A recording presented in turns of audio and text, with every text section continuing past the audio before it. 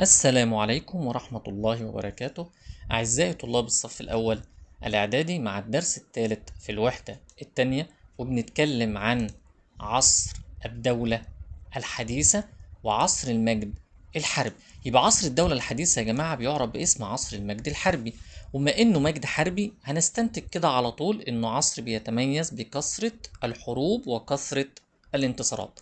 طب تعالوا نتعرف يا جماعة على عصر الدولة الحديثة ونعرف مين مؤسس عصر الدولة الحديثة. زي ما احنا عرفنا قبل كده هو الملك أحمس. يبقى مين مؤسس عصر الدولة الحديثة؟ قلنا الملك مين يا جماعة؟ أحمس الذي استطاع أن يطرد الهكسوس. طيب عصر الدولة الحديثة بقى ليه كم مسمى؟ قال لك له عدة مسميات زي عصر المجد الحربي. طب ايه كمان؟ قال لك عصر بناة الإمبراطورية.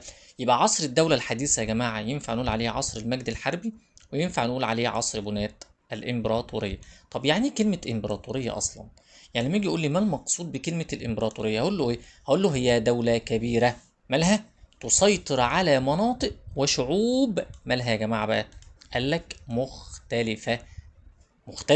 تحت قيادة مركزية قوية. وكمان قال لك وتتشكل هذه الدولة عبر الفتوحات أو التحالفات وتضم ثقافات متعددة. يبقى لما يجي يقول لي يا جماعة ما المقصود بالإمبراطورية هقول له بقى هي دولة مالها؟ هقول له هي دولة كبيرة تسيطر على مناطق وشعوب مالها مختلفة. شعوب إيه يا جماعة؟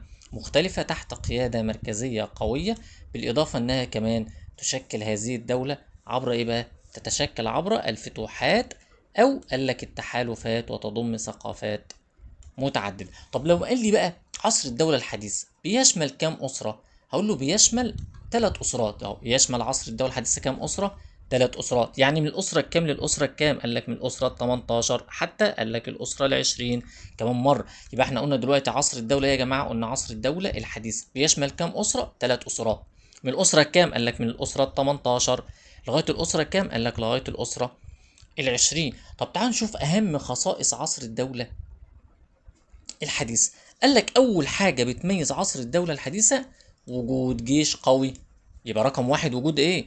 جيش قوي. طب رقم اتنين قال لك تكوين إمبراطورية عظيمة، يبقى قدرت تكون إمبراطورية عظيمة. طب تلاتة قال لك الاتجاه نحو الجنوب، يبقى إذا وسعت ممتلكاتها ناحية الجنوب. طب رقم أربعة قال لك الازدهار الحضاري، يبقى كمان كانت مزدهرة حضارية. طب رقم خمسة قال لك الثورة الدينية. الثورة إيه يا جماعة؟ الدينية كمان مرة. يبقى احنا قلنا يا جماعة رقم خمسة الثورة الإيه؟ الدينية، والتي قام بها الملك مين؟ قال لك قام بها الملك إخناتون، والذي يعرف باسم الملك أمنحتب الرابع. طب تعال نشوف بقى يا جماعة واحدة واحدة كده. احنا قلنا أهم خصائص عصر الدولة الحديثة إيه؟ رقم واحد قلنا وجود جيش قوي. وجود جيش إيه يا جماعة؟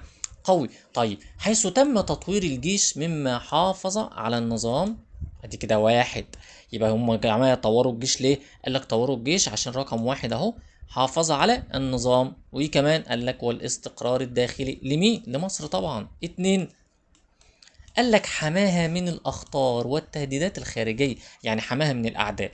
يبقى وجود جيش قوي ده بيساعد عليه يا جماعة، قال لك على استقرار النظام والاستقرار الداخلي، وحماها من الأخطار الإيه؟ والتهديدات الخارجية. يبقى الأخطار الخارجية أو التهديدات الخارجية. طب رقم اتنين قال لك تكوين إمبراطورية عظيمة. طب إيه الدليل؟ دلل. هقول له حيث امتدت بين قارتي آسيا وكمان وأفريقيا.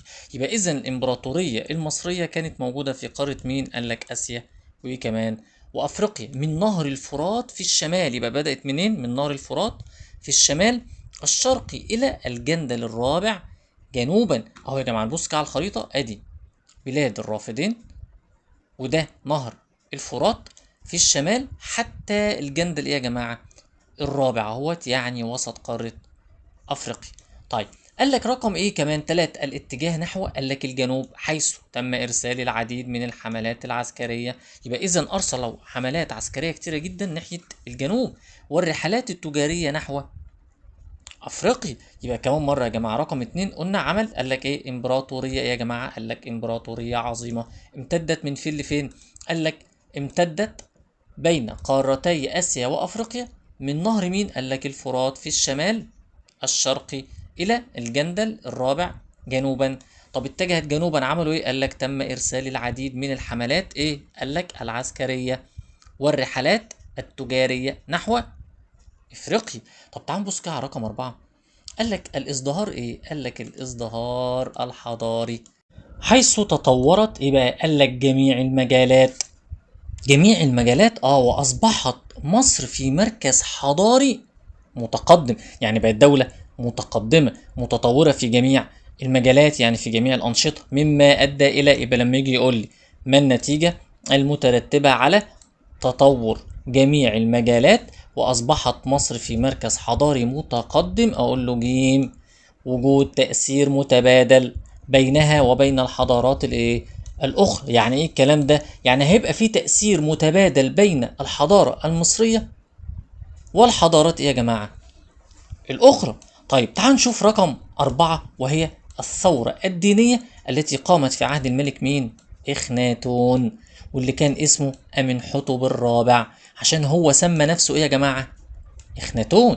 يبقى الملك أمنحتب الرابع سمى نفسه بإخناتون، والذي دعا إلى عبادة إله واحد، هو الإله آتون. هو الإله إيه يا جماعة؟ آتون. ورمز له بإيه؟ قال لك قرص الشمس. يبقى كمان مرة، يبقى الملك أمنحتب الرابع سمى نفسه إيه؟ هنقول سمى نفسه إخناتون. دعا إلى عبادة إيه؟ قلنا إله واحد. هو اسمه إيه الإله ده؟ آتون. ورمز له بقرص الشمس.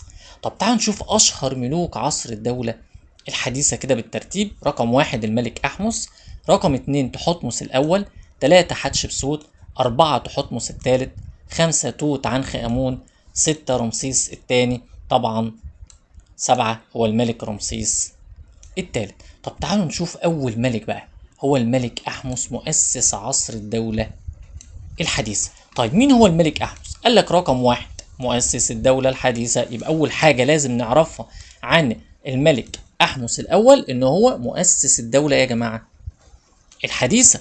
طب جميل. طب عمل إيه؟ إيه أهم أعماله يعني؟ رقم 1 اتخذ من مدينة طيبة عاصمة للبلاد. يبقى أول حاجة عملها إنه اتخذ من مدينة طيبة عاصمة للبلاد. طب رقم 2 اهتم بتأمين حدود مصر الجنوبية. يبقى أمن حدود مصر الجنوبية. 3 قام بحملة على فينيقيا. يبقى عمل حملة عسكرية على مين؟ على فينيقيا. طب 4 قال لك اهتم بالبناء والتعمير، بس قال لك لا، وإصلاح ما تهدم من معابد أثناء إيه؟ فترة احتلال الهكسوس لمصر. لا، نركز كده تاني يا جماعة في الملك أحمس ونعيد. أهو الملك أحمس عمل إيه؟ رقم 1 اتخذ من مدينة قلنا طيبة. مدينة طيبة دي ايه؟ عاصمة للبلاد. يبقى اتخذ من مدينة طيبة عاصمة للبلاد. رقم 2 قال لك اهتم بتأمين الحدود الجنوبية، أمن حدود مصر الجنوبية. طب ايه الدليل؟ قال لك توجه نحو الجنوب للقضاء على حركات التمرد. يبقى خد الجيش بتاعه وراح ناحية ايه؟ ناحية الجنوب. ليه؟ قال لك للقضاء على حركات التمرد. ايه كمان؟ قال لك إعادة الأمن. امتى؟ بعد طرد الهكسوس من مصر. يبقى لما يجي يقول لي دلل اهتم الملك أحمس بتأمين حدود مصر الجنوبية، أقول له رقم 1 إن هو توجه نحو الجنوب. ليه؟ للقضاء على حركات إيه يا جماعة؟ قلنا التمرد وإعادة إيه كمان؟ الأمن، بعد طبعا طرد مين؟ الهكسوس من مصر. طيب رقم 3 قلنا قام بحملة على فينيقيا. طب إيه النتيجة المترتبة على الحملة اللي عملها في فينيقيا ده؟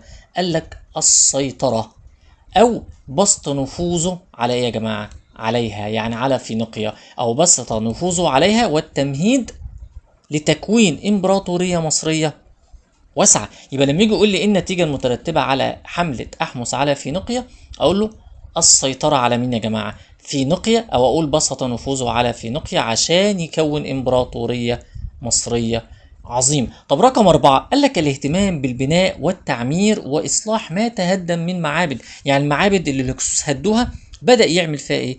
يصلحها تاني أثناء فترة احتلال مين طبعا؟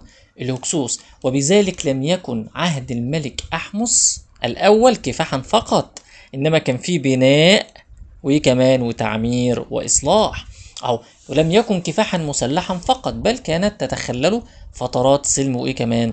وهدوء، اللي هي بتتمثل في البناء والتعمير وإصلاح ما هدمه الهكسوس من معابد. طيب هنا في حاجة لازم نعرفها الأول. بيقول لك كانت فترة حكم الملك أحمس الأول. مالها الفترة دي؟ قال لك بداية تاريخ جديد لمصر، عشان كده هم سموه عصر الدولة الإيه؟ الحديثة. ليه؟ لأنه بداية تاريخ جديد لمين يا جماعة؟ لمصر. قال لك دلل، هتقول له أصبحت فيها مصر بلدا حرا قويا. يبقى مصر كانت في عهد الملك أحمس دولة يا جماعة تتميز بالحرية، تتميز بالإيه؟ بالقوة. عاشت خلالها فترة من الاستقلال والرخاء. استقلال ورخاء يا جماعة يعني تقدم وازدهار. طب تعال نشوف الملك اللي جه بعد الملك أحمس، وهو الملك تحتمس الأول. طب إيه قصة الملك تحتمس الأول؟ أول حاجة لازم نعرفها يا جماعة، كانت مصر عندما تولى الحكم بلدا مستقرا. يبقى لما تحتمس الأول مسك حكم مصر كانت مصر مالها؟ بلد إيه يا جماعة؟ مستقرة داخليا. شوف بقى أعمال الملك تحتمس الأول. هنقول رقم واحد، اتجه نحو الجنوب حتى أصبحت مدينة نبتة ضمن حدود مصر. ضمن حدود مين يا جماعة؟ مصر. نبتة، طب نفتكر كده مع بعض، نبتة دي تبع إيه؟ حضارة كوش. يعني إذا تحتمس الأول قدر يسيطر على السودان. طب رقم اتنين قالك نظم المنطقة من نبتة إلى شمال إدفو. كمان شمال إدفو ده قدر كده يسيطر على فعلا السودان وجعلها وحدة إدارية واحدة. يحكمها ايه يا جماعة؟ قال لك يحكمها موظف اطلق عليه ايه؟ الابن الملكي لكوش. يبقى اذا اللي كان بيحكمها برضه واحد من كوش، يعني واحد من اهلها. وانتشرت في هذه المنطقة ايه يا جماعة؟ قال لك الثقافة المصرية. لا كم مرة كده. يبقى يا جماعة حتمس الاول عمل ايه؟ سيطر على مدينة نبتة وجعلها ضمن حدود مصر. ايه كمان؟ قال لك نظم المنطقة من نبتة الى شمال ادفو وجعلها وحدة إدارية واحدة. إيه كمان؟ قال لك حكمها موظف أطلق عليه الابن الملكي لكوش. وانتشرت في هذه المنطقة إيه بقى يا جماعة؟ قال لك الثقافة المصرية. طب رقم ثلاثة عمل إيه؟ قال لك اتجه نحو آسيا حتى وصل إلى نهر الفرات. بس قال لك لا، اهتم كمان بالعمران وتشييد المباني، فعمل على تطوير معبد الكرنك. لا كمان مرة، احنا قلنا رقم ثلاثة يا جماعة اتجه نحو مين؟ آسيا. يبقى إذا تحتمس الأول اتجه نحو أفريقيا وسيطر على نبتة وشمال إدفو، واتجه كمان نحو آسيا وسيطر على نهر الفرات. يبقى وصل يا جماعة حتى نهر الإيه؟ الفرات. اهتم بإيه كمان؟ قال لك العمران وتشييد الإيه؟ المباني. ولذلك طور معبد الكرنك. طب بما تفسر ليه هو طور معبد الكرنك؟ هنقول له ليكون المعبد الرئيسي لمدينة طيبة. يبقى عايز يكون معبد ايه يا جماعة؟ رئيسي لمدينة طيبة. طيب هنا بقول لك ايه بقى؟ فضل الملك تحتمس الأول أن يدفن في مكان خفي. ليه؟ ليه مكان خفي يعني؟ قال لك واختار له مهندس إنيني وادي الملوك ليدفن به. يبقى الملك يا جماعة تحتمس الأول خلى مهندسه إنيني يدفنه في وادي الملوك. والمكان ده يا جماعة مكان خفي يعني مش معروف، وبذلك بسط الملك تحتمس الأول نفوذه فين؟ قال لك في الجنوب، لأنه وصل وسيطر على السودان حضارة كوش، وكمان والشرق عشان وصل لغاية آسيا. وبدأ طبعا في تعمير البلاد وساد الرخاء فين؟ في عهده. يبقى إذا عهد الملك تحتمس الأول كان عهد تقدم وازدهار وقوة. طب تعال نشوف بقى الملكة حتشبسوت. قال لك الملكة حتشبسوت تعتبر ايه يا جماعة؟ قال لك من اشهر الملكات في مصر القديمة. يبقى الملكة حتشبسوت من اشهر الملكات في مصر القديمة. طب ليه؟ قال لك لما قامت به من اعمال في عصر الدولة الحديث. يبقى بسبب الاعمال اللي هي عملتها في عصر الدولة الايه؟ الحديثة. فقد تميزت بانجازاتها قال لك السياسية والاقتصادية والثقافية والعمرانية خلال فترة حكمها. يبقى كمان مرة تعتبر الملكة حتشبسوت أشهر الملكات في مصر القديمة. ليه؟ لأنها قامت بأعمال كتيرة في عصر الدولة الحديث. طب الأعمال دي تميزت بإيه؟ قال لك الإنجازات واحد السياسية، إيه كمان؟ اتنين اقتصادية، إيه كمان؟ تلاتة ثقافية، أربعة يا جماعة أعمال عمرانية. طب تعال نشوف بقى الملك تحتمس التالت. وده يا جماعة كان ملك عسكري. ملك إيه يا جماعة؟ عسكري، يعني قاد حروب قوية جدا لدرجة انه ارسل 16 حملة عسكرية في اسيا. ارسل كام؟ 16 حملة عسكرية في اسيا. طب هيقول لي بما تفسر ليه ارسل 16 حملة عسكرية في اسيا؟ هنقول لتوطيد النفوذ المصري به او لتثبيت النفوذ المصري يا جماعة في اسيا. طيب عمل ايه كمان الملك تحتمس الثالث؟ قال لك بنى اسطولا حربيا قويا. عمل ايه؟ قال لك اسطول حربي قوي. طب ليه؟ قال لك للسيطرة على جزر البحر المتوسط وساحل في نقي. يبقى عمل اسطول يا جماعه حربي قوي ليه؟ قلنا يا جماعه عشان يسيطر بيه على ايه؟ قال لك على الكثير من جزر البحر المتوسط، بس قال لك لا وساحل في نقي. يبقى اذا الملك تحتمس الثالث عمل كام حمله عسكريه زي ما احنا قلنا؟ 16 حمله عسكريه. كانت فين؟ قلنا فين؟ في اسيا. قلنا ليه يا جماعه؟ قلنا لتوطيد النفوذ الايه؟ المصري في قاره اسيا. قلنا ايه كمان بنى الملك تحتمس الثالث ايه؟ قال لك اسطولا حربيا قويا. ليه؟ قال لك ليسيطر بيه على جزر البحر الايه يا جماعه؟ المتوسط وساحل في نقي. طب رقم 3 عمل ايه كمان تحتمس الثالث؟ قال لك الملك تحتمس الثالث اهتم بالتوسع في افريقيا، فشن حملته ال17 على بلاد كوش. كمان يعني برضو كان مصمم يسيطروا يا جماعه على الايه؟ على الحضاره الكوشيه، وانتصر فيها، وبذلك قام امبراطوريه كبيره امتدت الى ما وراء الجندل الرابع. يبقى كده في عهد الملك تحتمس الثالث قدر يكون امبراطوريه عظيمه، او امبراطوريه ايه يا جماعه؟ امبراطوريه كبيره. طب اشهر المعارك التي خاضها واظهر براعه في التخطيط الحربي يا جماعه؟ قال لك هي معركه مجدو. معركه ايه يا جماعه؟ مجدو. طب تعالوا نتعرف بقى على معركه مجدو ونشوف اطرافها. قال لك الملك تحتمس الثالث ضد مين؟ قال لك ضد امراء اسيا بقياده مين؟ قال لك امير قادش. يبقى امراء اسيا كان القائد بتاعهم مين يا جماعه؟ امير مدينه قادش. اسبابها بقى قال لك رقم 1 خروج امراء اسيا على الحكم المصري، يعني رفضوا ان المصريين يحكموهم فين؟ في اسيا. فعملوا ايه يا جماعه؟ خرج امراء اسيا عن الحكم المصري. طب احداثها قال لك عسكر امراء اسيا في مدينه مجدو بفلسطين. طب تعالوا نبص كده على الخريطه. ادي يا جماعه منطقه مجدو اللي حصل فيها الايه؟ اللي حصل فيها المعركه. وهنا طبعا بدأ الملك تحتمس الثالث يخرج منين؟ قال لك من مدينة طيبة، وبدأ يمشي هو بطول وادي الايه؟ النيل، حتى وصل إلى غزة في فلسطين، ثم وصل إلى مجدو. يبقى إذا معركة مجدو كانت فين يا جماعة؟ قلنا مجدو كانت موجودة فين؟ في مدينة فلسطين. طيب خرج إليهم الملك تحتمس الثالث بجيشه وحاصرهم. طب إيه النتيجة المترتبة بقى؟ إنه خرج بالجيش بتاعه وحاصر أمراء آسيا بقيادة أمير قادش. قال لك ترتب على ذلك استسلام أمراء آسيا للملك مين يا جماعة؟ تحتمس الثالث. يبقى في نهاية المعركة يا جماعة استسلم أمراء آسيا للملك تحتمس الثالث، وظلت آسيا خاضعة لحكم مصر. يبقى معركة مجدو يا جماعة كانت فين؟ قلنا مجدو كانت في فلسطين. طيب بعد كده قال لك يبقى خرج اليهم الملك مين؟ تحتمس الثالث بجيشه وحاصرهم. يبقى كم مره؟ يبقى الملك تحتمس الثالث خرج بيه بقى قال لك بالجيش بتاعه ايه يا جماعه؟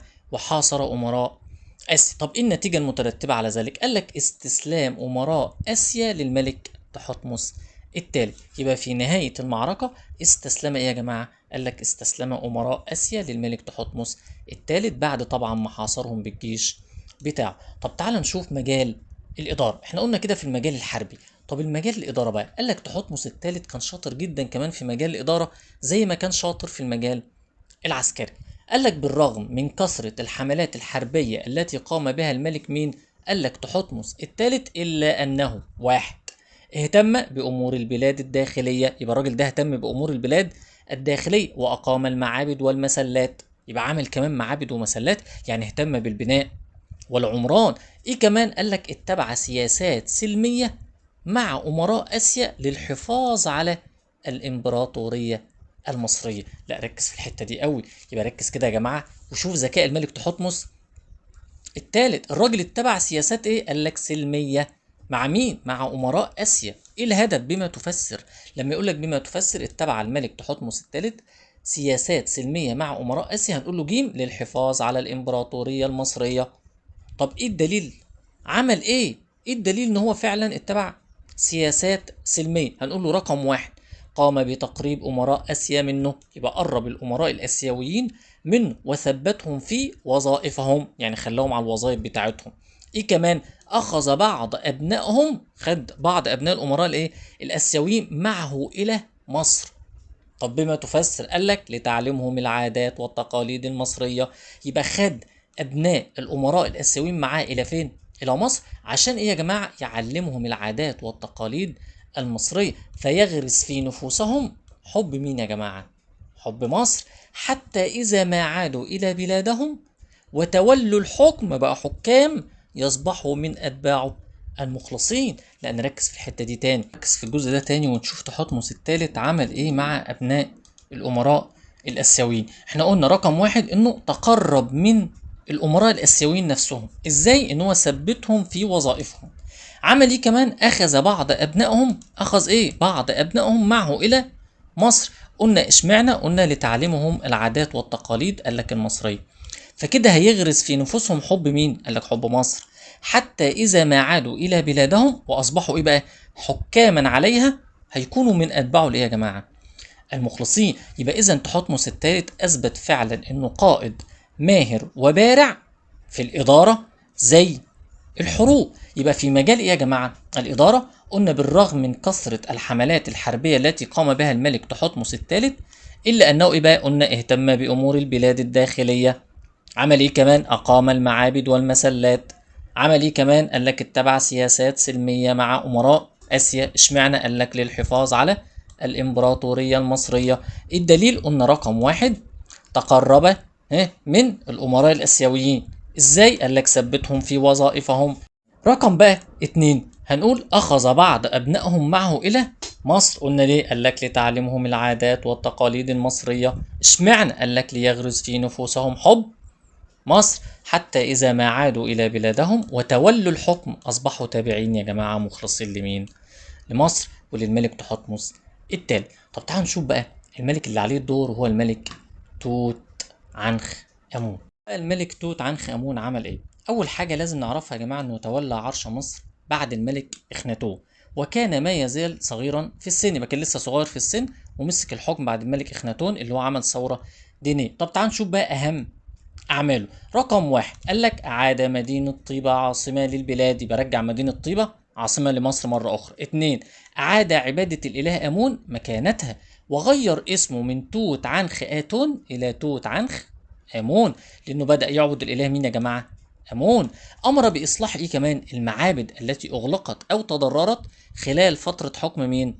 إخناتون، لأن احنا عرفنا إن إخناتون كان يدعو إلى عبادة الإله آتون. طب رقم أربعة قال لك شيد معابد في جهات مختلفة بمصر وشمال السودان. يبقى بدأ يبني معابد جديدة للإله آمون سواء في مصر أو في شمال السودان. رقم خمسة قال لك بنى بعض الإضافات المعمارية باسمه. يبقى بدأ يعمل إضافات معمارية باسمه زي معبدي الأقصر وإيه كمان؟ والقرنة. يبقى بدأ يا جماعة يعمل إضافات معمارية باسمه في معبد الأقصر ومعبد إيه كمان؟ قال لك القرن. طب بما تفسر شهرة الملك توت عنخ آمون؟ هنحس في أعماله كده إن هو أعاد مدينة إيه زي ما إحنا قلنا طيبة، أعاد عبادة الإله آمون، أصلح المعابد، شيد معابد في مصر والسودان، بدأ يضيف أشكال معمارية في معبد الأقصر والكرنك. طب إيه اللي بيميزه عن باقي اللي يا جماعة الملوك؟ إن اكتشفت مقبرته كاملة عام 1922. الملك اللي مقبرته تم اكتشافها كاملة في وادي يا جماعة الملوك في البر الغربي بالأقصر، حيث احتوت على إيه؟ قال لك على كنوز أثرية لا مثيل لها تعبر عن تقدم الفنون في مصر يا جماعة القديم. يبقى سبب شهرة الملك توت عنخ آمون هنقول اكتشاف مقبرته كاملة عام 1900 كام؟ 22 في وادي فين؟ قال لك الملوك في البر الغربي بالأقصر، حيث احتوت على كنوز أثرية يا جماعة لا مثيل لها تعبر عن تقدم الفنون في مصر القديمة. يبقى ده يا جماعة شهرة الملك توت عنخ آمون. نخش بقى على الملك اللي بعده وهو الملك قال لك رمسيس الثاني. كان راجل عسكري هو كمان زي تحتمس الثالث، ومن أشهر ملوك الدولة الحديثة. سمي عصره بعصر الإمبراطورية الثانية. أمال مين اللي سمي عصره بعصر الإمبراطورية الأولى؟ الملك تحتمس الثالث، حيث وصلت مصر في عهده لقمة إيه يا جماعة؟ مجدها، قوتها، عظمتها. أهم أعماله قال لك كان ليه أعمال داخلية وأعمال خارجية. طب نبدأ الأول بالأعمال الداخلية. رقم واحد أكمل ما بدأه والده الملك مين؟ السيتي الأول من مباني. فهو كمل اللي أبوه عمله من مباني مثل معبد قال لك أبيدوس، وكان ذلك أول أعماله. يبقى أول عمل للملك رمسيس إيه يا جماعة؟ التاني إنه كمل ما بدأه مين يا جماعة؟ والده سيتي الأول من مباني، وهو معبد يا جماعة أبيدوس، وكان ذلك أول أعماله. طب رقم 2 قال لك أمر بنحت معبدين في منطقة أبو سمبل، أحدهما له والآخر لزوجته نفرتاري. يبقى أمر بكم يا جماعة معبد؟ قال لك أمر بنحت معبدين في منطقة إيه؟ قلنا منطقة أبو سمبل. واحد لمين؟ واحد لنفسه، والتاني لمين؟ لزوجته نفرتاري. رقم 3 أقام العديد من المسلات، عمل مسلات كتيرة. طب تعال نشوف بقى أعماله إيه يا جماعة. قال لك الأعمال الخارجية. قال لك رقم 1 عمل على استعادة مصر لسيادتها على بلاد الشام. يبقى أول حاجة رجع مين؟ قال لك سيادة مصر لمين؟ على بلاد الشام. إيه كمان؟ قال لك وبعض جزر البحر المتوسط. يبقى الراجل ده رجع سيطرة مصر على بلاد الشام وعلى جزر البحر المتوسط. ومن أشهر المعارك التي خاضها من أجل ذلك هي معركة قادش. معركة إيه يا جماعة؟ قادش. تعال نشوف أطراف المعركة وأسبابها. قال لك معركة قادش أطرافها هنقول الملك رمسيس الثاني ضد مين؟ ملك الحيثيين. طب أسبابها؟ قال لك تزايد نفوذ الحيثيين في بلاد الشام. يبقى بدأ الحيثيين يسيطروا على بلاد الشام، وتحالف ملكهم مع أمراء المدن السورية ضد مين؟ قال لك ضد مصر. طب أحداثها بقى. قال لك خرج الملك رمسيس الثاني لمواجهة مين؟ قال لك الحيثيين، وانطلق بجيشه نحو سوريا مخترقا شبه جزيرة سيناء، ومين كمان يا جماعة؟ وفلسطين، حتى التقى بهم فين؟ قلنا في منطقة قادش. طب ايه النتيجة المترتبة على معركة قادش؟ قال لك رقم 1 انتصار الملك رمسيس الثاني وهزيمة الحيثيين. رقم 2 اضطر ملك الحيثيين الى ايه؟ الى طلب الصلح، فوافق مين؟ قال لك الملك رمسيس الثاني. لا نعيد تاني، احنا قلنا يا جماعه دلوقتي معركه مين؟ قادش اطرافها قلنا الملك رمسيس الثاني ضد ملك الحيثيين. جميل. اسبابها؟ قال لك تزايد نفوذ الحيثيين في بلاد طبعا الشام. طيب وايه كمان؟ قال لك وتحالف ملكهم مع امراء المدن السوريه ضد مين؟ ضد مصر. طيب بعد كده يا جماعه خرج مين بقى؟ قال لك خرج الملك رمسيس الثاني فين؟ قال لك لمواجهة الحيثيين، وانطلق بجيشه نحو قلنا سوريا مخترقا قلنا شبه جزيرة سيناء، وكمان وفلسطين، حتى التقى بهم زي ما احنا قلنا في معركة قادش. طيب ايه كمان النتيجة المترتبة يا جماعة على انتصار الملك رمسيس الثاني وهزيمة جيش الحيثيين؟ قال لك أبرمت أول معاهدة سلام. يبقى سجلت أول معاهدة سلام دولية في التاريخ، والتي نصت عليه. قال لك رقم 1 تعهد كل منهما بعدم الاعتداء على الآخر.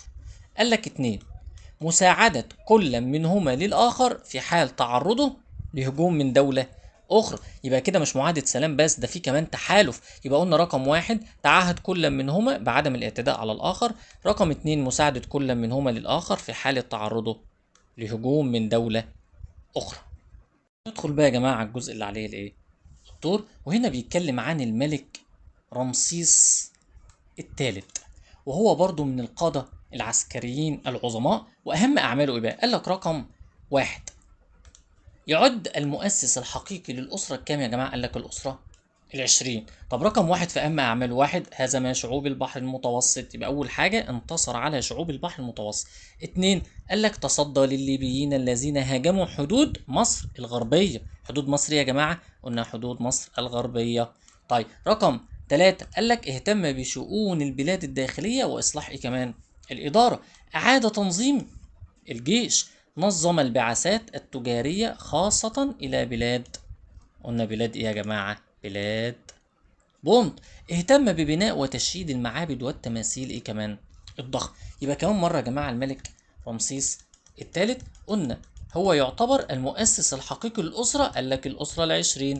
إيه كمان؟ هزم شعوب البحر المتوسط. يبقى انتصر على شعوب البحر المتوسط. 2 قال لك تصدى للليبيين اللي هم عملوا ايه؟ قال لك هاجموا حدود مصر الغربيه. يبقى لما يجي يقول لك بما تفسر تصدى الملك رمسيس الثالث للليبيين، هقول له جيم بسبب هجومهم على حدود مصر يا جماعه الغربيه. طب رقم 3 اهتم بشؤون البلاد الايه؟ قال لك الداخليه، وايه كمان؟ واصلاح الاداره.